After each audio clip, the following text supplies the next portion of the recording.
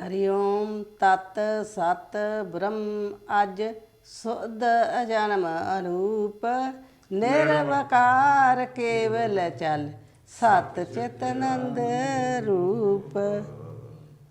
आप यही श्रवण करते करते ये समझे कि आपके साथ जो जीवत्व जुड़ा हुआ है, पापी पुण्य आत्मा समझना, बाबा पोता बाप समझना, सुखी दुखी समझना, नरक स्वर्ग में आने जाने वाला समझना, जन्म जन्मांतर में आने जाने वाला समझना, प्रच्छन्न समझना, ये भूल है। इसको इसी समय यहाँ बैठे बैठे मिटा दीजिए, क्योंकि जब सुकोप्ति दशा में यहाँ ये सब जीवत्व के प्रत्यय प्रतीत नहीं होते, काल की वृत्ति देश की वृत्तियों से रहित दशा सुकोप्ति का साक्षी है। वही साक्षी सुपन में भी वैसा ही और जागृत में भी वैसा ही है, और वह अखंड ब्रह्म है। कहा गया ये ब्रह्म की सूचना दिंदा है। ਜਿਹੜਾ ਬ੍ਰਹਮ ਹੈ ਉਹਦਾ ਸਾਖਸ਼ਾਤ ਹੈਗਾ, ਪਰ ਫਿਰ ਵੀ ਜਾਣਨਾ ਪਊਗਾ ਵੀ ਸਾਖਸ਼ਾਤ ਪਰੋਕਸ਼ ਕਿਵੇਂ। ਬਾਕੀ ਅਸੀਂ ਇਸ ਚੀਜ਼ ਨੂੰ ਸਮਝਣਾ ਹੈ। ਸੁਰਤੀ ਨੇ ਬਤਾਤਾ ਹੈ, जमना मरना गमन आगमन पुण्य पाप इति आदि जो कुछ भी है ये ਇਹਦੀ ਮਾਨਤਾ ਦਾ। ਅਸੀਂ ਇਹ ਵੇਖਣਾ ਵੀ ਮਾਨਤਾ ਕਿੱਥੋਂ ਮਿਲਦੀ ਹੈ। ਮਾਨਤਾ ਬਾਹਰੋਂ ਮਿਲਦੀ ਹੈ, ਲੋਕਾਂ ਦੇ ਵਾਕਾਂ ਤੋਂ। ਅੰਦਰੋਂ ਇਸ ਮਾਨਤਾ ਨੂੰ ਸਵੀਕਾਰ ਕਰ ਲੈਣਾ ਮੈਂ, ਮੰਨ ਲੈਣਾ, ਉਹ ਪੱਕਾ ਦਰਜ ਹੋ ਜਾਂਦਾ। ਇੱਥੋਂ ਇਹ ਆਉਣਾ ਹੈ ਕਿ ਵੀ ਜਿਵੇਂ ਚੈਨਲਾਂ 'ਤੇ ਲੋਕਾਂ ਦੀ ਦੌੜ ਲੱਗੀ ਹੈ, ਕੋਈ ਆਪਣੇ ਕੀਰਤਨ ਢੋਲਕੀਆਂ ਪਾਉਣ ਲੱਗਾ ਹੈ, ਕੋਈ ਨਾਨਾ ਪ੍ਰਕਾਰ ਦੇ ਗਾਣੇ ਗੀਤ ਸੰਗੀਤ ਵੀ ਲੋਕਾਂ ਨੂੰ ਸਾਡਾ ਪਤਾ ਲੱਗੇ ਕਿ ਕੀ ਅਸੀਂ ਬੜਾ ਵਧੀਆ ਗੀਤ ਸੰਗੀਤ ਜਾਣਦੇ ਹਾਂ, ਅਸੀਂ ਬਹੁਤ ਵਧੀਆ ਕਥਾ ਜਾਣਦੇ ਹਾਂ। ਇਤਿਹਾਸਕ ਆਪਣਾ ਦੱਸਣ ਲਈ ਇਸ ਨੂੰ ਅਸੀਂ ਜਿਸ ਨੂੰ ਬੋਲਿਆ ਇਹ ਇੱਕ ਬ੍ਰਹਮ ਵਿਦਿਆ। इस विद्या का नाम है वेदांत केसरी। सारे विद्या का केसरी सिंह वो वेदांत है, जिस दे विच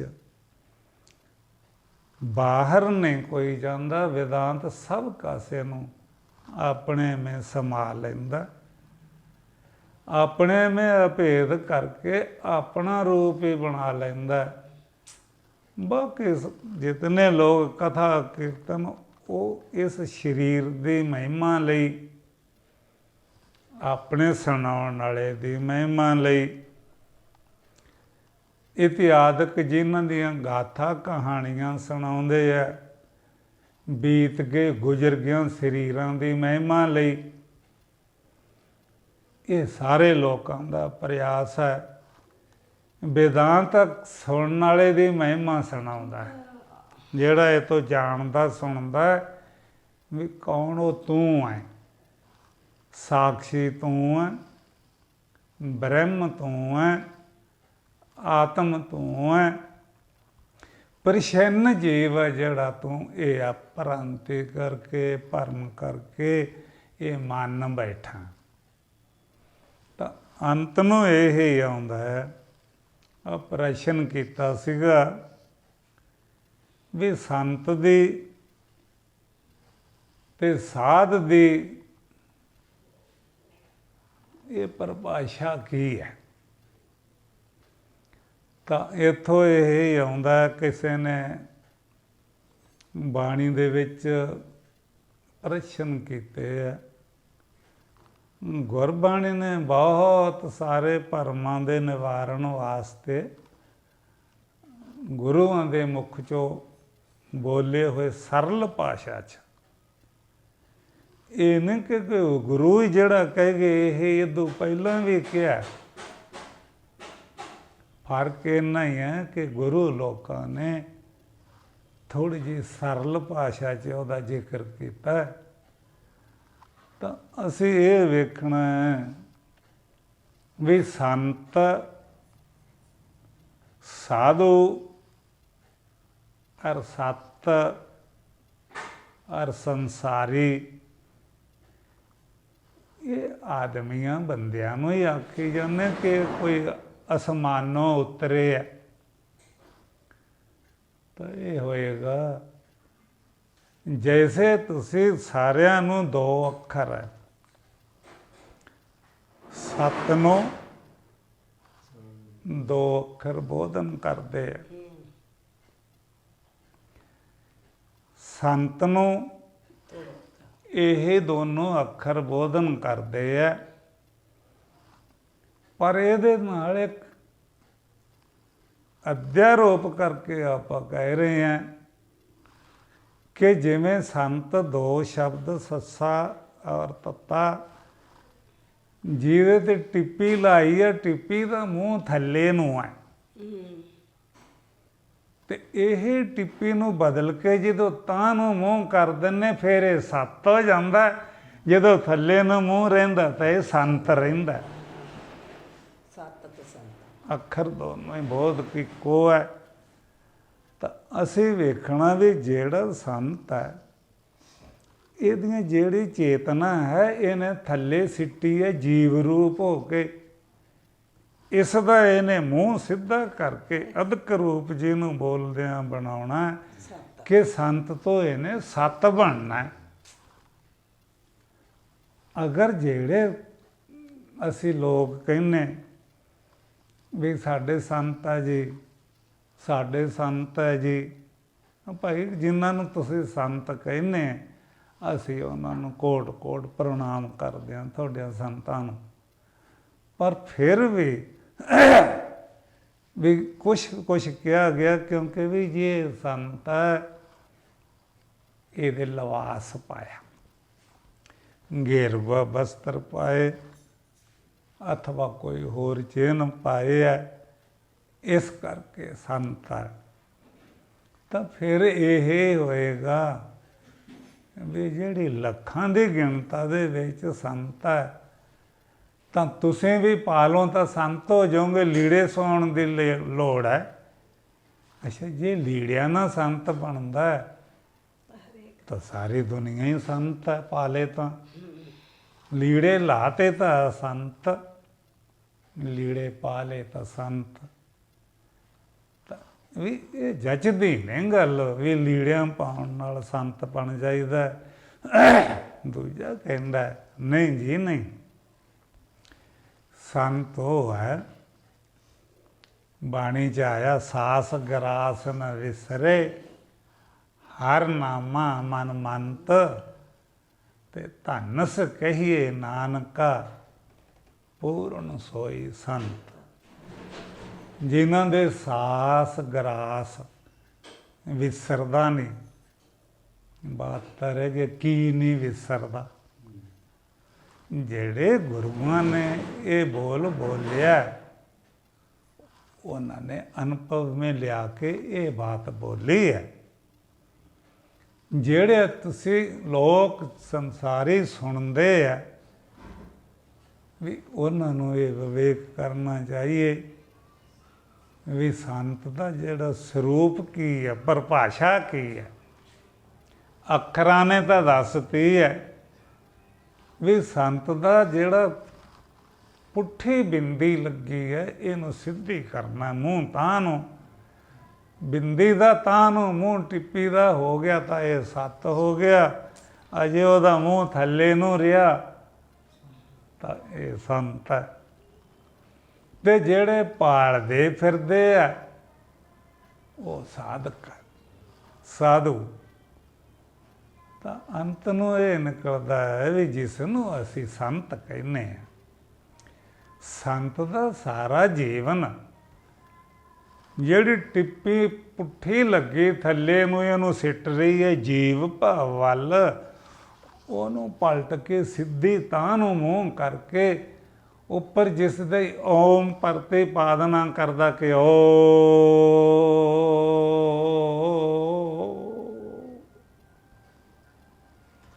ਇਹਨੂੰ ਸਤਾ ਵੱਲ ਲਿਜਾਣ ਵਾਸਤੇ ਹੈ। ਜੇ ਸੰਤ ਪਲਟਾ ਕੇ ਆਪਣੀ ਚੇਤਨਾ ਜਿਹੜਾ ਆਭਾਸ ਪੈਂਦਾ ਜੀਵ ਭਾਵ ਨੂੰ ਬਦਲ ਕੇ ਸਤ ਸਰੂਪ ਬ੍ਰਹਮ ਵੱਲ ਨੂੰ ਨਹੀਂ ਲਿਜਾਂਦਾ, ਤਾਂ ਜਿਹੋ ਜਿਹੇ ਲੋਕ ਫਿਰਦੇ ਬਾਜ਼ਾਰ ਭਰੇ, ਉਹ ਜੇ ਸੰਤਾਂ ਦੇ ਬਾਜ਼ਾਰ ਭਰੇ ਫਿਰਦੇ, ਨਾਂ ਰਖਾਉਣ ਨਾਲ ਕੀ ਹੋ ਜਾਂਦਾ? ਅਖਬਾਰਾਂ 'ਤੇ ਵੇਖੋ ਸੈਂਕੜਿਆਂ ਸੰਤਾਂ ਦੀਆਂ ਆਉਂਦੀਆਂ। ਗੱਲ ਤਾਂ ਹੈਗੀ ਹੈ ਵੀ ਜਿਹੜਾ ਸੰਤ ਦੀ ਚੇਤਨਾ ਪੁੱਠੀ ਹੋਈ ਹੈ ਸੰਸਾਰੀ ਦੀ ਤਾਂ ਸਦਾ ਹੀ ਰਹੂਗੀ। ਜਿਹੜੀ ਚੇਤਨਾ ਇਹਦਾ ਥੱਲੇ ਜਿਵੇਂ ਸੰ ਬਿੰਦੀ ਰੂਪ ਹੈ, ਇਹਨੂੰ ਪਲਟਾ ਕੇ ਮੂੰਹ ਉੱਪਰ ਕਰੋ, ਇਹਦਾ ਤਾਂ ਯਦਕ ਬਣ ਜਾਏਗਾ। ਸੰਤ ਦੀ ਪਰਿਭਾਸ਼ਾ ਬਦਲ ਕੇ ਸੱਤ ਹੋ ਜਾਏਗੀ। ਕਿੰਨੇ ਕੁ ਸੰਤ ਹੈ ਜਿਹੜੇ ਸੱਤ ਸਮਝਦੇ ਆਪਣੇ ਆਪ ਨੂੰ। ਜੇ ਸੱਤ ਸਮਝ ਗਿਆ ਜਿਹਨੇ, ਉਹਦੇ ਲਈ ਦੁਨੀਆ ਮਿੱਥਿਆ ਹੋਊਗੀ ਤਾਂ ਸੱਤ ਹੈ।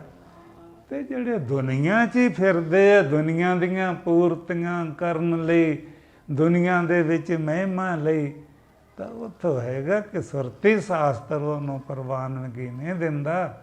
ਉਹ ਆਪਦੇ ਆਪ ਕੁਛ ਬਣ ਬੈਠੇ। ਕਿਉਂ?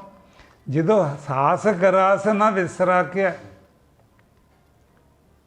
ਤਾਂ ਵਿਚਾਰੋ ਆਪਣਾ ਸਤ ਸਰੂਪ ਹੈ ਜਿਹੜਾ, ਉਸ ਨੂੰ ਇਹ ਕਦੇ ਵੀ ਨਾ ਭੁੱਲੇ ਵੀ ਮੈਂ ਬ੍ਰਹਮ ਨਹੀਂ ਹਾਂ।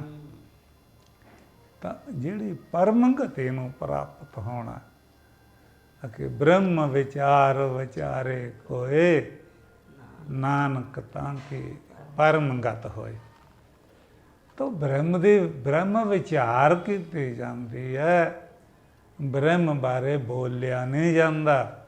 ਬ੍ਰਹਮ ਪਰਮਾਤਮਾ ਇਹ ਸ਼ਬਦ ਵਾਕ ਤਾਂ ਮੂੰਹ 'ਚ ਹੈ।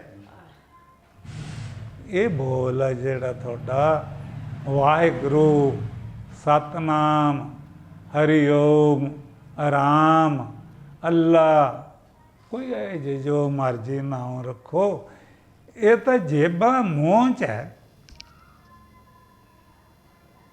ਤਾਂ ਅੰਤ ਨੂੰ ਆ ਜਾਏਗਾ ਜਿੱਥੋਂ ਇਹ ਵਾਕ ਉੱਠਦਾ ਉਹ ਕਿੱਥੇ ਹੈ? ਜਿੱਥੋਂ ਇਹ ਸਤਨਾਮ ਵਾਹਿਗੁਰੂ ਉੱਠਦਾ ਹੈ, ਵਾਕ ਇੰਦਰੀ ਤੇ ਚੜ੍ਹ ਕੇ ਅਸੀਂ ਮੂੰਹੋਂ ਬੋਲ ਦਿੰਦੇ ਸਤਨਾਮ ਵਾਹਿਗੁਰੂ, ਅੱਛਾ ਬੋਲਿਆ। ਪਰ ਜਿੱਧਰੋਂ ਬੋਲ ਆਉਂਦਾ ਸੀ ਉਧਰ ਨੂੰ ਮੂੰਹ ਤਾਂ ਨਹੀਂ ਕੀਤਾ। ਟਿੱਪੀ ਬਿੰਦੀ ਦਾ ਮੂੰਹ ਤਾਂ ਨੂੰ ਤਾਂ ਨਹੀਂ ਕੀਤਾ। ਸ਼ਬਦਾਂ ਲਿਖਿਆ, ਸ਼ਬਦ ਤਾਂ ਵਾਕ ਇੰਦਰੀ 'ਚੋਂ ਉਚਾਰਿਆ ਜਾ ਰਿਹਾ। ਜਿੱਥੋਂ ਇਹ ਊਰਜਾ ਉੱਠਦੀ ਹੈ, ਉਹ ਪ੍ਰਗਿਆ, ਉਹ ਬਿਰਤੀ ਬੁੱਧੀ ਹੈ ਜਿਹੜੀ, ਉਹ ਇਸ ਸਥੂਲ ਸਰੀਰ ਮੇਂ ਨਹੀਂ ਰਹਿੰਦੀ। ਉਹਦਾ ਨਿਵਾਸ ਸੂਖਮ ਸਰੀਰ ਮੇਂ ਹੈ। ਸੂਖਮ ਸਰੀਰ ਦੇ ਵਿੱਚੋਂ ਇਹ ਵਿਗਿਆਨ ਉਦੇ ਹੋਏਗਾ। ਇੱਥੇ ਹੀ ਵਿਗਿਆਨ ਬੈਠਾ, ਇੱਥੋਂ ਹੀ ਪ੍ਰਮਾਣਾਂ ਨੂੰ ਸਤਾ ਮਿਲਦੀ ਹੈ, ਇੱਥੋਂ ਹੀ ਪ੍ਰਗਿਆ ਨੂੰ ਮਿਲਦੀ ਹੈ। ਤਾਂ ਅੰਤ ਨੂੰ ਅਸੀਂ ਕਹਿਣਾ ਜਿਸ ਦੀ ਪ੍ਰਗਿਆ ਨੂੰ ਸਤਾ ਮਿਲਦੀ, ਜਿਹੜਾ ਪ੍ਰਗਿਆ ਦੁਆਰਾ ਪ੍ਰਮਾਣਾਂ ਨੂੰ ਪ੍ਰਕਾਸ਼ਦਾ, ਜਿਹੜੇ ਪ੍ਰਮਾਣਾਂ ਦੁਆਰਾ ਆਪਣੇ ਵਿਸ਼ਿਆਂ ਨੂੰ ਪ੍ਰਕਾਸ਼ਦੇ। ਔਰ ਵਿਸ਼ਿਆਂ ਦਾ ਆਦਿਸ਼ਟਾਨ ਕੌਣ ਹੈ? ਜਿਹੜੇ ਵਿਸ਼ਿਆਂ ਨੂੰ ਪ੍ਰਮਾਣ ਪ੍ਰਕਾਸ਼ਦੇ ਆ ਵੀ ਇਹ ਦਰਖਤ ਹੈ ਜੀ, ਇਹ ਗਊਆਂ ਮੱਝਾਂ ਹਨ, ਇਹ ਮੋਟਰਾਂ ਕਾਰਾਂ ਜਾ ਰਹੀਆਂ ਸੜਕ 'ਤੇ। ਜਿਹੜੇ ਪ੍ਰਗਿਆ ਪ੍ਰਮਾਣਾਂ ਨਾਲ ਮਿਲ ਕੇ ਪ੍ਰਮਾਣਾਂ ਨੂੰ ਉਕਸਤ ਕਰਦੀ ਹੈ, ਔਰ ਜਿਹੜਾ ਇਹ ਗਿਆਨਣੇ ਵਾਲਾ ਗਿਆਨ ਹੈ ਉਹ ਕਿੱਥੇ ਰਹਿੰਦਾ? ਇਹਨੂੰ ਕੌਣ ਜਾਣਦਾ? ਸੰਤ ਜਾਣਦੇ ਆ। ਜੇ ਸੰਤ ਹੀ ਨਹੀਂ ਜਾਣਦੇ ਤਾਂ ਸੰਸਾਰੀ ਜਾਣਨਗੇ। ਇਹ ਇੱਕ ਉਹ ਚੀਜ਼ ਹੈ ਜਿਸ ਨੂੰ ਜਾਣਨ ਸੇ ਹੀ, ਜਿਵੇਂ ਬਿਜਲੀ ਦੀ ਤਾਰ ਨਾਲ ਸਬੱਬੀ ਹੱਥ ਲੱਗ ਗਿਆ ਤਾਂ ਫਿਰ ਕਰੰਟ ਇਹਨੂੰ ਛੱਡਦਾ ਨਹੀਂ। ਜਿਸ ਨੇ ਇੱਕ ਵਾਰੀ ਸਤਿਮੇ ਆਪਣੀ ਅਭੇਦ ਚੇਤਨਾ ਕਰ ਲਈ ਵੀ ਪ੍ਰਛਿੰਨਨੀ ਜੀਵ ਨਹੀਂ ਤੂੰ ਬ੍ਰਹਮ ਹੈ ਭਾਈ, ਉਹ ਤੂੰ ਜੀਵ ਨਹੀਂ ਹੈ ਤਾਂ ਤੂੰ ਬ੍ਰਹਮ ਹੈ। ਤਾਂ ਅੰਤ ਨੂੰ ਇਹ ਆਏਗਾ ਵੀ ਸਵਾਮੀ ਜੀ ਦੀ ਇੱਕ ਕਥਾ ਆਉਂਦੀ, ਉਹ ਕਿ ਕੋਈ ਆ ਗਿਆ ਛਲੀਆ, ਆਓ ਜੀ ਦੇ ਸਿਰ ਦਰਦ ਹੁੰਦਾ ਤਾਂ ਮੈਂ ਸਿਰ 'ਤੇ ਹੱਥ ਰੱਖਦਾ, ਸਿਰ ਦਰਦ ਉਸੇ ਵੇਲੇ ਦੂਰ। ਤੇ ਜਿਹੜੇ ਸਤਸੰਗ ਸੁਣਨ ਗਏ ਸੀ ਉਹ ਸਾਰੇ ਸਿਰ ਦਰਦ ਦੂਰ ਕਰਾਉਣ ਲਈ ਭੱਜ ਗਏ। ਇਹ ਸਾਰੇ ਸੰਤ ਸਿਰ ਦਰਦ ਦੂਰ ਕਰਦੇ ਤੇ ਕਰਾਉਂਦੇ ਫਿਰਦੇ ਆ। ਅਰੇ ਸਤ ਦਾ ਸਾਖਸ਼ਾਤ ਵੀ ਕਰੋ। ਸਤ ਵਸਤੂ ਕੀ ਹੈ? ਕਿਉਂਕਿ ਤੁਸੀਂ ਅਮਰ ਹੋ ਜਾਓ, ਤੁਹਾਡਾ ਦਰਸ਼ਨ ਕਰਨੇ ਸੇ ਮੁਕਤ ਹੋ ਜਾਏਗਾ। ਤਾਂ ਇੱਥੋਂ ਹੈ ਵੀ ਅਸੀਂ ਇਹ ਵੇਖਣਾ ਕਿਸੇ ਸੰਤ ਦਾ ਵਿਰੋਧ ਨਹੀਂ, ਸੰਤ ਨੂੰ ਉਕਸਤਤਾ ਲਈ ਹੈ। ਆਪਣੇ ਆਪਣੇ ਸੰਤ ਵਜਨ ਤੋਲਣ ਮੈਂ ਕਿੱਥੇ ਖੜਾ। ਤਾਂ ਇਹ ਰਹਿ ਗਈ ਗੱਲ ਵੀ ਜਿਹੜਾ ਸਾਧਕ ਹੈ ਇਹ ਕਿਸੇ ਇਸ ਨੂੰ ਸੱਤ ਦੀ ਜਾਣਕਾਰ ਸੰਤ ਨਹੀਂ ਮਿਲਿਆ। ਤਾਂ ਕਿਉਂ? ਆਖੇ ਜੁੜ ਜੁੜ ਵਿਛੜੇ। ਇਹ ਜਿਹੜੇ ਜੀਵ ਇਹਨਾਂ ਦੇਹਾਂ ਦੇ ਨਾਲ ਤਦਾਤਮ ਬਣਾ ਕੇ ਫਿਰਦੇ, ਇਹ ਇਹਨਾਂ ਨਾਲ ਨੇ ਬੜੀਆਂ ਦੇਹਾਂ ਨਾਲ ਜੁੜੇ ਆ ਤੇ ਬੜੀਆਂ ਨਾਲੋਂ ਵਿਛੜੇ ਆ। ਇਹਦੀ ਪੁਸ਼ਟੀ ਗੁਰੂਆਂ ਨੇ ਬਾਣੀ ਵਿੱਚ ਦੀ ਕਹੀ, ਆਖੇ ਜੁੜ ਜੁੜ ਵਿਛੜੇ ਵਿਛੜ ਜੁੜੇ। केत्यां के बाप केत्यां के बेटे गुर चेले हुए। किन्नियां कदे तुसी बाप होए पता है? किन्नियां कदे गुरु ते किन्नियां कदे चेले बन चुके हैं। ये कादे लिए गुरु चेला बनते से कि अगे लिए अमर हो जाइए। बारंबार ये जमना मरना जिन्हों ने ये बारे पता लग्या उन्होंने कहा कि एक दुख काटो राम राय मेरा। वो केड़ा दुख है कि ये जेड़ा दुखी है ये चेतना जेड़ा आपनों चेतना नूं थल्ले सिटी बैठा दुख सुख दे नाल जोड़ी। वैसे इहनूं दुख सुख दा लेस भी नहीं, पर ਜਿਹੜਾ ਮਹਿਸੂਸ ਕਰਦਾ ਉਹ ਵੀ ਦਵਾਈ ਦਿੰਦਾ ਹੈ। ਆਖੇ ਕਿਹੜਾ ਦੁੱਖ ਹੈ ਵੱਡਾ ਕਿ ਇੱਕ ਦੁੱਖ ਕਾਟੋ ਰਾਮ ਰਾਏ ਮੇਰਾ। ਅਗਨ ਨਾ ਦਹੇ ਨਾ ਗਰਭ ਵਸੇਰਾ। ਬੜੀ ਭਾਵੇਂ ਜਾਣਦਾ ਨਹੀਂ ਪਰ ਉਕਸਤਾ ਜਿਹੜੀ ਉਹਦੀ ਹੈ ਬੜੀ ਉੱਚੀ ਹੈ, क्योंकि उन्हें महसूस कर लिया कि जन्मना और मरना और जन्मना और मरना ये भी कोई जीवन है। तो उन्होंने कहा कि भी मेरा ये दुख कटिया जावे। तो अंत नूं असी ये वेखना जितने देश दुनिया दे विच है सारे लोग जिहड़े सैनिक है वो अपने मान मर्यादा में रहिंदे। कुछ उथल पुथल होवे वो अपने बार्डर तो कदे झुक नहीं हुंदे।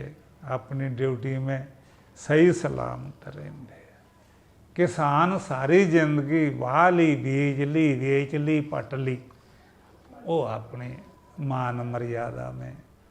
ਵਪਾਰੀ ਲਿਆਂਦਾ ਮਾਲ, ਫਰੋਖਤ ਕਰਤਾ, ਖਰੀਦ ਲਿਆ, ਵੇਚਤਾ, ਲੈ ਲਿਆ, ਦੇ ਲਿਆ, ਉਹ ਆਪਣੀ ਜੀਵਨ ਸ਼ੈਲੀ 'ਚ ਕੋਤਾਹੀ ਨਹੀਂ ਕਰਦਾ। इतिहादक ले करके जितने महकमे बनाए है वो अपने अपने विषय ਨੂੰ ਤੋਰ ਰਹੇ ਆ ਔਰ ਸਹੀ ਤੋਰ ਰਹੇ ਆ, ਦੂਜੇ 'ਚ ਦਖਲ ਨਹੀਂ ਦਿੰਦੇ। ਇੱਕ ਸੰਤ ਹੀ ਹੈ ਕਿ ਜਿਹੜਾ ਸਾਰਿਆਂ 'ਚ ਦਖਲ ਦਿੰਦਾ ਆਪਣਾ ਮਹਿਕਮਾ ਛੱਡ ਕੇ। ਉਹ ਭਲਿਓ ਤੁਸੀਂ ਸੂਝਵਾਨ ਹੈ ਇਹ ਨਾ ਬਈ, ਮੈਂ ਸੱਤ ਦਾ ਪ੍ਰਤੀਪਾਦਨ ਕਰਨਾ, ਸਰਤ ਦਾ ਸਾਖਸ਼ਾਤ ਕੀਤਾ। ਜੋ ਮੇਰੇ ਪਾਸ ਆਏਗਾ ਮੈਂ ਸੱਤ ਦਾ ਉਪਦੇਸ਼ ਔਰ ਸੱਤ ਦਾ ਗਿਆਨ ਉਹਨੂੰ ਦੱਸਣਾ। ਆਉਣ ਵਾਲੇ ਦੀ ਮਰਜ਼ੀ ਆ ਆਵੇ, ਨਾ ਮਰਜ਼ੀ ਆ ਨਾ ਆਵੇ। ਤਾਂ ਇਹ ਨਹੀਂ ਗਾ ਕਿ ਸੰਤ ਹਰ ਪਾਸੇ ਹੀ ਭੱਜਿਆ ਫਿਰਦਾ। ਕਮਾਲ ਹੋ ਗਈ। ਸੰਤ ਦੀ ਕੀ ਪ੍ਰਤਿਸ਼ਠਾ ਹੈ ਕਿ ਸੰਤ ਕੀ ਮਹਿਮਾ ਭੇਦ ਨਾ ਜਾਣੇ। ਜਿਹੜੇ ਵੇਦਾਂ ਨੂੰ ਦੁਨੀਆ ਪੂਜਨ ਕਰਦੀ ਹੈ ਉਹਦੀ ਵੀ ਮਹਿਮਾ ਸੰਤ ਦੀ ਉਦੋਂ ਉੱਚੀ ਹੈ। ਤਾਂ ਸੰਤ ਨੂੰ ਇੱਕ ਵਾਰੀ ਦੀ ਪਰੰਪਰਾ ਪੁਰਾਣੀ ਗੱਲ ਹੈ। ਕੁਛ ਸੰਤ ਸਮਾਜ ਬਣੇ ਆ, ਉਹਨਾਂ ਦੇ ਆਗੂ ਬਣਾਏ ਆ। ਉੱਤਰ ਪ੍ਰਦੇਸ਼ ਦਾ ਮੁੱਖ ਮੰਤਰੀ ਚਿਰਕਾਲ ਦੀ ਬਾਤ ਹੈ, ਕੇਸੀ ਪੰਤ ਉੱਤਰ ਪ੍ਰਦੇਸ਼ ਦਾ ਮੁੱਖ ਮੰਤਰੀ ਬਣਿਆ ਤੇ ਸੰਤਾਂ ਦਾ ਇੱਕ ਸੰਗਠਨ ਇਕੱਠੇ ਹੋ ਕੇ ਵੀ ਆਪਾਂ ਮੁੱਖ ਮੰਤਰੀ ਨੂੰ ਮਿਲੀਏ। ਉਹ ਸੰਤ ਮਿਲਣ ਗਏ ਵੀ ਸੰਤ ਆਏ ਹੈ ਜੀ। ਉਹਨਾਂ ਨੇ ਆਖਿਆ ਬਿਠਾਓ ਇਹਨਾਂ ਨੂੰ, ਤੇ ਬੈਠੇ, ਨਿਵਾਸ ਦਿੱਤਾ, ਮਿਲਣੇ ਦੇ ਜੋ ਜੇ ਪ੍ਰਬੰਧ ਹੈ ਤੇ ਬੈਠੇ। ਜਦੋਂ ਮੁੱਖ ਮੰਤਰੀ ਆਏ ਸੰਤ ਲੋਕ ਉੱਠ ਕੇ ਆਦਰ ਲਈ ਖੜੇ ਹੋਏ ਤਾਂ ਬੈਠੇ। ਚਲੋ ਜਦੋਂ ਵਾਰਤਾਲਾਪ ਸ਼ੁਰੂ ਹੋਈ ਤਾਂ ਸੰਤਾਂ ਨੇ ਕਿ ਹਾਂ ਮਹਾਰਾਜ ਕੈਸੇ ਦਰਸ਼ਨ ਦਿੱਤੇ। ਤਾਂ ਉਹਨਾਂ ਨੇ ਆਖਿਆ ਜੀ ਆਪ ਨੂੰ ਮਿਲ ਕੇ ਬਹੁਤ ਖੁਸ਼ੀ ਹੋਈ। ਤਾਂ ਮੁੱਖ ਮੰਤਰੀ ਉੱਤਰ ਦਿੰਦਾ ਜੀ ਆਪ ਜੀ ਨੂੰ ਮਿਲ ਕੇ ਮੈਨੂੰ ਬਹੁਤ ਤਕਲੀਫ ਹੋਈ। ਤੁਸੀਂ ਸੋਏ ਆਪਣੀ ਮਹਿਮਾ ਮੇ ਆਪਣੇ ਸਥਾਨ 'ਤੇ ਰਹਿੰਦੇ, ਤੁਹਾਨੂੰ ਮੈਂ ਮਿਲਣਾ ਹੁੰਦਾ ਉਕਸਤ ਹੋ ਕੇ ਵੀ ਸੰਤਾਂ ਦੇ ਦਰਸ਼ਨ ਕਰੀਏ। ਮੈਨੂੰ ਇਹ ਤਕਲੀਫ ਹੋਈ ਕਿ ਤੁਸੀਂ ਸੰਤ ਮੈਨੂੰ ਭਾਲਦੇ ਫਿਰਦੇ, ਮੈਂ ਭਾਲਣਾ ਸੀ ਸੰਤਾਂ ਨੂੰ। ਤੇ ਸੋਈ ਆਹ ਹਾਲ ਹੋ ਗਿਆ ਕਿ ਵੀ ਸੰਤ ਆਪਣੇ ਲਕਸ਼ ਤੋਂ ਚੁੱਕਦੇ ਵੀ ਤੁਸੀਂ ਮੈਨੂੰ ਪੁੱਛਦੇ ਕਿੰਨੇ ਕੁੰਨੇ ਆ ਯਾਰ, ਭਾਵੇਂ ਅਸੀਂ ਕੋਈ ਵੀ ਨਾ ਹੋਈਏ। ਸਾਡਾ ਕੰਮ ਹੈ ਤਾਂ ਪ੍ਰਤੀ ਸੱਤ ਦਾ ਚਿੰਤਨ ਵਿਚਾਰ ਕਰਨਾ। ਕਿਉਂ ਸੰਤ ਸਾਡਾ, ਅਸੀਂ ਅਜੇ ਸੰਤ ਨਹੀਂ ਕਹਾਉਂਦੇ ਆਪ ਨੂੰ, ਪਰ ਫਿਰ ਵੀ ਅਸੀਂ ਕਿਉਂ ਨਹੀਂ ਕਹਾਉਂਦੇ ਕਿ ਅਸੀਂ ਸਤ ਸਰੂਪ ਹੋ ਚੁੱਕੇ। ਮੇਰਾ ਜਨਮ ਨਹੀਂ, ਮੇਰਾ ਮਰਨ ਨਹੀਂ। ਤਾਂ ਇਹ ਹੋਏਗਾ ਜੀ ਤੁਹਾਡਾ ਕੱਲਿਆਂ ਦਾ ਹੀ। ਤਾਂ ਇੱਥੇ ਇਹ ਹੈਗਾ ਮੇਰੇ ਕੱਲੇ ਦਾ ਨਹੀਂ, ਸਾਰੀ ਸ੍ਰਿਸ਼ਟੀ ਦਾ। ਗੁਰੂਆਂ ਨੇ ਕਹਿਤਾ ਨਹੀਂ ਕਿਛ ਜਨਮੈ ਨਹੀਂ ਕਿਛ ਮਰੇ। ਜਿਹੜਾ ਜਨਮਦਾ ਔਰ ਮਰਦਾ ਪ੍ਰਤੀਤੀ ਹੁੰਦੀ ਹੈ, ਇਹ ਕੁਛ ਹੁੰਦਾ ਨਹੀਂ ਗਾ। ਇਹ ਮਾਲਮ ਪੜਦਾ ਹੈ। ਕਿਸੇ ਮਨੁੱਖ ਨੇ ਆਪਣਾ ਜਨਮ ਜਾਣਿਆ ਵੇਖਿਆ ਹੋਵੇ ਔਰ ਕਿਸੇ ਨੇ ਆਪਣਾ ਮਰਨ ਵੇਖਿਆ ਹੋਵੇ ਤਾਂ ਇਹ ਗ੍ਰੰਥਾਂ ਤੋਂ, ਇਹ ਪੰਥਾਂ ਤੋਂ ਇਹ ਸੁਣ ਕੇ ਇੱਥੇ ਵੱਜ ਗਿਆ। ਤਾਂ ਅੰਤ ਨੂੰ ਫਿਰ ਵੀ ਕਿਹਾ ਗੁਰੂਆਂ ਨੇ ਵੀ ਇਹ ਬੜਾ ਪੱਕੀ ਭ੍ਰਾਂਤੀ 'ਚ ਪੈ ਗਿਆ, ਇਹਨੂੰ ਕਿਸੇ ਗਿਆਨੀ ਪੁਰਸ਼ ਪਾਸ ਭੇਜੋ। ਗਿਆਨੀ ਪੁਰਸ਼ ਜਿਹੜਾ ਕੌਣ ਹੈ? ਜਿਹਨੂੰ ਗਿਆਤਾ ਗਿਆਨ ਗੇ ਤਿਰਕੁਟੀ ਤੋਂ ਰਹਿਤ ਆਪਣੇ ਆਪ ਨੂੰ ਸਾਖਸ਼ਾਤ ਅਪਰੋਕਸ਼ ਕੀਤਾ, ਉਹਦੇ ਪਾਸ। ਤਾਂ ਉਹਦੇ 'ਚ ਗੁਰੂਆਂ ਨੇ ਕਿਹਾ ਜੇ ਕੋਈ ਜਨਮ ਮਰਨ ਤੇ ਡਰੈ, ਡਰ ਲੱਗਦਾ ਕਿ ਨਹੀਂ? ਤਾਂ ਭਾਈ ਲੱਗਦਾ ਤਾਂ ਸਾਧ ਜਨਾਂ ਕੀ ਸਰਨੀ ਪਰੈ, ਕਿਸੇ ਸੰਤ ਦੀ ਸਰਨੀ ਪੜੋ। ਤਾਂ ਇੱਥੋਂ ਇਹ ਹੋਏਗਾ ਵੀ ਜਿਹੜੀ ਪਿੱਛੇ ਮੈਂ ਬਾਤ ਕਹੀ ਸੀ ਕਿ ਜੁੜ ਜੁੜ ਵਿਛੜੇ ਵਿਛੜ ਜੁੜੇ,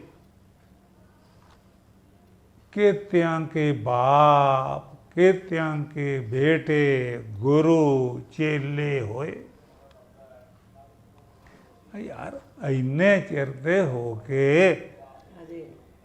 इन्नियां दे बाप इन्नियां दे बेटे गुरु चेले हो गए ते मुक्त क्यों नहीं होया जे जम्मन मरण में तुरी जांदे।